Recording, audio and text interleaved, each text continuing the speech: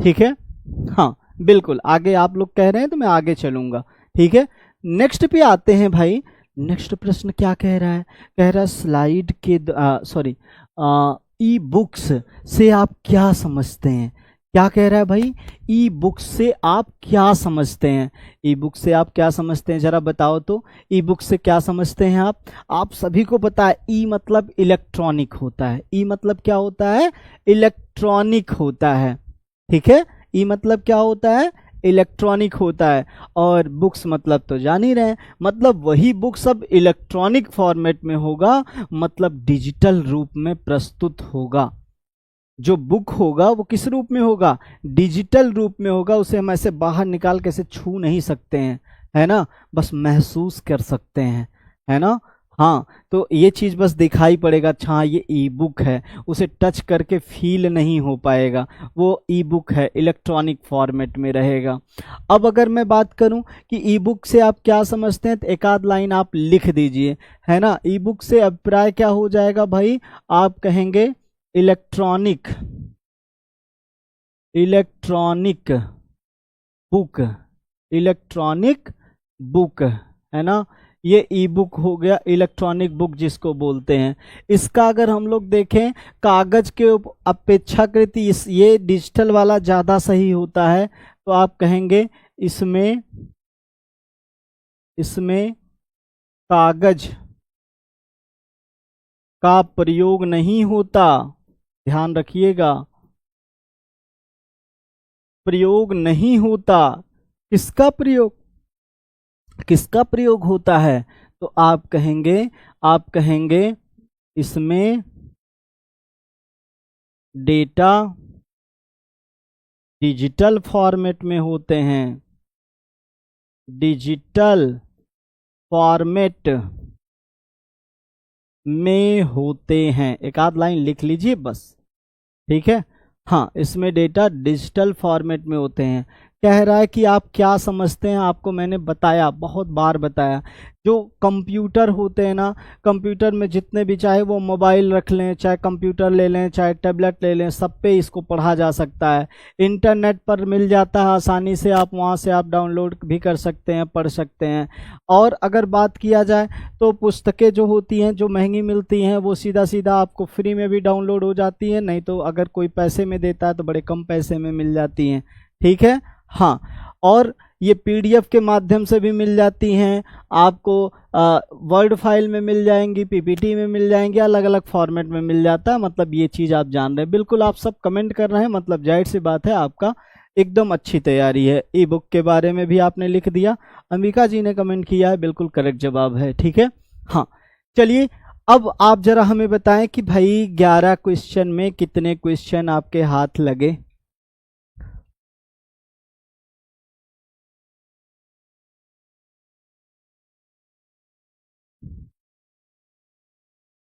हाँ, मिस्टर गणेश जी, आप या लड़कियों से परेशान हो जाएंगे, ऐसी बात नहीं है। हम्म, परेशान नहीं होना है। चलिए, 10 11 10 11, ओके भाई, ठीक है, गुड, अच्छा जवाब है, अच्छा आपका रिजल्ट है, संतोषजनक है, बहुत अच्छी बात।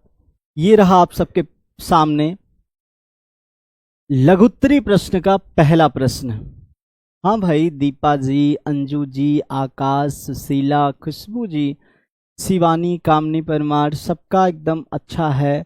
विष्णु जी, अनमोल जी, क्या बात है, सबका है ना, दीपा, माही, नेहा, सविता, सबका एकदम करेक्ट जवाब है। बाप रे बाप, सविता का 22 क्वेश्चन सही हो गया, 11 में से 22 मिला है। ऐसे ही पढ़ते रहिए तो आप लोग टॉपर में रहेंगे।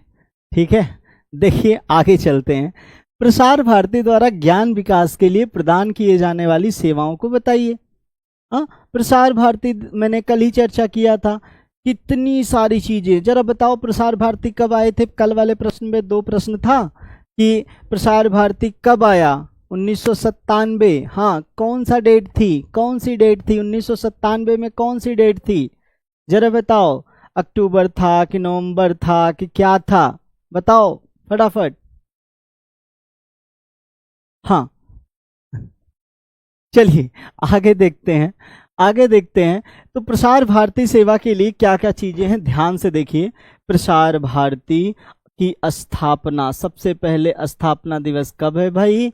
आप कहेंगे 23 नवंबर 1997, चूंकि पूछा जा चुका है तो आपको तैयार करके रखना पड़ेगा, ठीक है। हाँ, को माना जाता है। इस संस्था में दूरदर्शन तथा रेडियो की गतिविधियों द्वारा, है ना, राष्ट्र उपयोगी बनाने वाली शैक्षिक गतिविधियों का नियंत्रण होता है। मतलब ऐसे सीधा सीधा कह सकते हैं, ऐसे सीधा सीधा कह सकते हैं कि रेडियो के माध्यम से, दूरदर्शन के माध्यम से,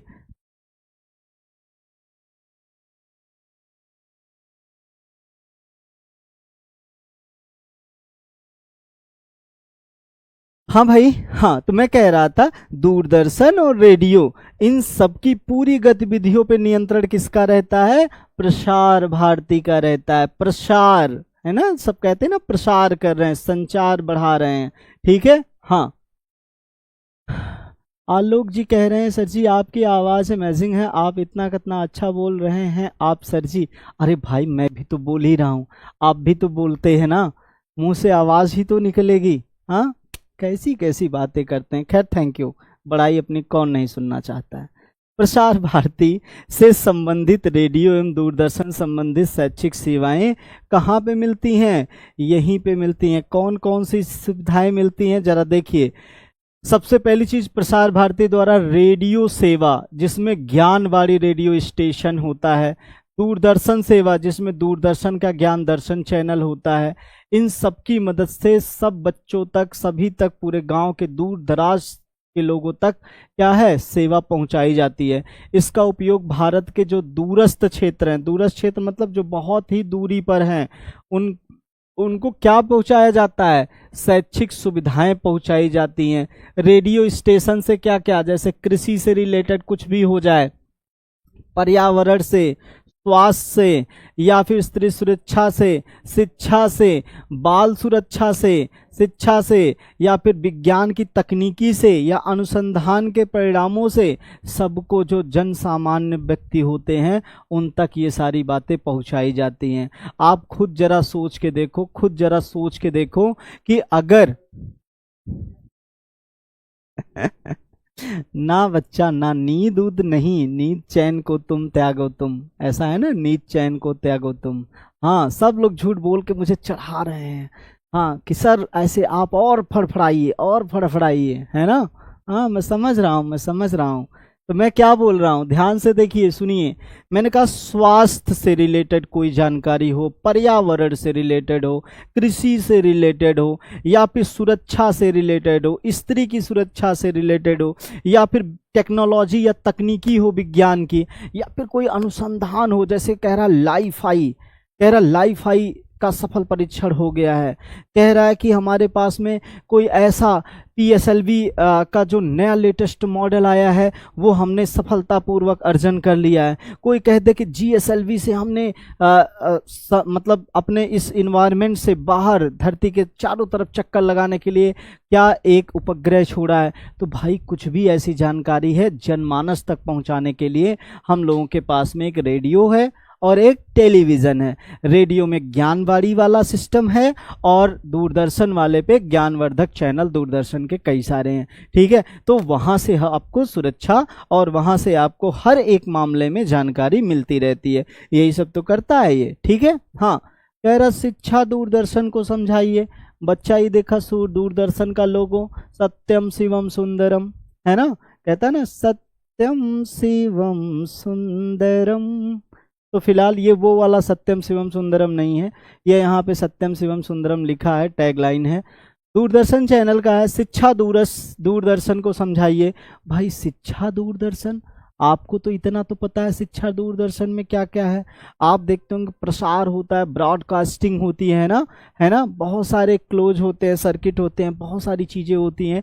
तो एक एक करके थोड़ा सा हम लोग समझते हैं कि क्या चीज़ें इसमें आती हैं। तो जरा देखो भाई, शिक्षा दूरदर्शन को समझाइए। कह रहा है शैक्षिक दूरदर्शन को हम दो भागों में विभाजित कर सकते हैं, एक खुला दूरदर्शन, एक बंद दूरदर्शन। खुला प्रसारण होगा, एक बंद वाला होगा। खुला वाले को कहेंगे ओपन ब्रॉडकास्ट टेलीविजन, इसको कहेंगे क्लोज सर्किट टेलीविजन। अच्छा ठीक है, मैं समझ गया, दो तरीके से होगा। क्या कह रहा है? कह रहा है दूरदर्शन के शैक्षिक उपयोग, मतलब जो एजुकेशनल यूज होते हैं वो दूरदर्शन के, उस पे जरा देखें। कह रहा एलन हैनमॉक एक ने क्या किया? एलन हैनमॉक ने दूरदर्शन के निम्नलिखित शैक्षिक उपयोग बताए हैं। मतलब ये कोई वैज्ञानिक समझिए, और इन्होंने बहुत कुछ बताया है। क्या बताया है भाई? क्या बताया है? चलो देखते हैं। इन्होंने कहा कि दृश्य और विशिष्ट तकनीकी, मतलब दृश्य वाला हो जो दिखाई पड़े, और विशिष्ट तकनीक के रूप में, जैसे आंख से ना दिखाई देने वाली वस्तुओं को बड़े रूप में दिखाना, बहुत तीव्र गति से होने वाली गतिविधियों एवं कार्यों को धीमी गति से स्पष्ट रूप से दिखाना, ये टेलीविजन के माध्यम से संभव हो पाया है। जैसे अगर आप घी ले लीजिए, जो लोग घी बहुत खाते हैं, घी ले लीजिए, देखिए नजर लग गई ना आवाज को? कोई कह रहा आवाज नहीं आ रही है। अब तक आप लोग आवाज की बड़ाई कर रहे थे, इसीलिए ऐसा होता है, नजर तुरंत लगती।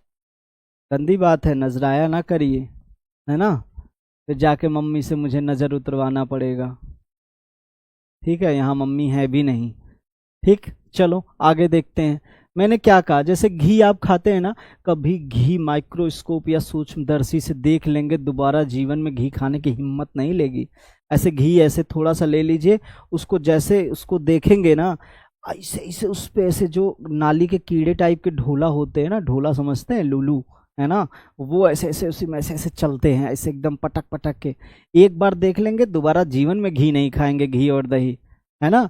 जो लैक्टोबैसिलस जो कीटाणु होता है, जो दही वही में पाया जाता है ना, दही दूध, सोचिए दूध में वो आते हैं, ऐसे तोड़ देते हैं, दूध को एकदम खराब कर देते हैं, तो दही बन जाता है। हम लोग उसको बड़े ही चाव से चम्मच से खाते हैं। समझ में बात आ रहा है? हाँ, 5 किलो मिर्चा ले लीजिए। हाँ बिल्कुल भाई।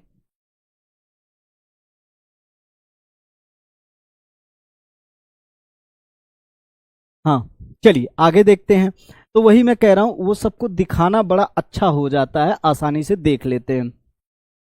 छात्रों के सृजनात्मक सहयोग के रूप में भी मिलता है। सृजनात्मक मतलब जैसे कोई चीज की बनावट हो रही, सृजन हो रहा है, नई चीजें बन रही है, तो उनका विकास दिमाग का अच्छा होता है, उनकी सोच समझ की तर्क शक्ति मजबूत होती है इससे देखने से, है ना? हाँ, छात्रों को प्रेरित करने में बड़ा अच्छा होता है। मतलब छात्र जैसे कोई चीज देखा कि अरे यार ये चीज ऐसे हो सकता है, तो वो अपने जीवन में उस चीज का इम्प्लीमेंटेशन करता है, अपने आप को वो ला के रखता है। ठीक है? हाँ, तो मैं ये कह रहा हूं कि यहाँ पे जो छात्र होते हैं ना, जो छात्र होते हैं, वो छात्र को उनके दिमाग को बढ़ावा मिलता है। हाँ भाई, लाल मिर्चा से कुछ ना कुछ तो करना पड़ेगा। ठीक है, चलिए, कठिनाई से उपलब्ध शिक्षण साधनों को उपलब्ध कराना, मतलब जो कठिनाई में शिक्षण साधन होते हैं उसको आसानी से उपलब्ध हो जाते हैं। अधिकांश छात्रों को उच्च स्तरीय शिक्षण प्रदान करना, मतलब जो दूर दराज के बच्चे हैं, जो पढ़ने में असमर्थ हो जाते हैं, दूर दराज के बच्चे आपके हब में नहीं पहुंच पाते जहां पे पढ़ाई होती है, तो टेलीविज़न और रेडियो के माध्यम से आसानी से हो जाता है। ठीक है गुरुजी, आप इतने हैंडसम हैं। अरे यार, ये ये जो है ना, कहीं फेल वेल ना हो जाए, है ना? आप चाहें तो किसी को ऐसे चढ़ा के आसमान पे रख दें, आप चाहें तो ले आके उसको ऐसे पटक दें, है ना? मैंने एक दिन कहा था ना, बिम्बार, बिम्बार का यूज करेंगे, ऑटोमेटिक खूबसूरती बढ़ती जाएगी। ठीक है?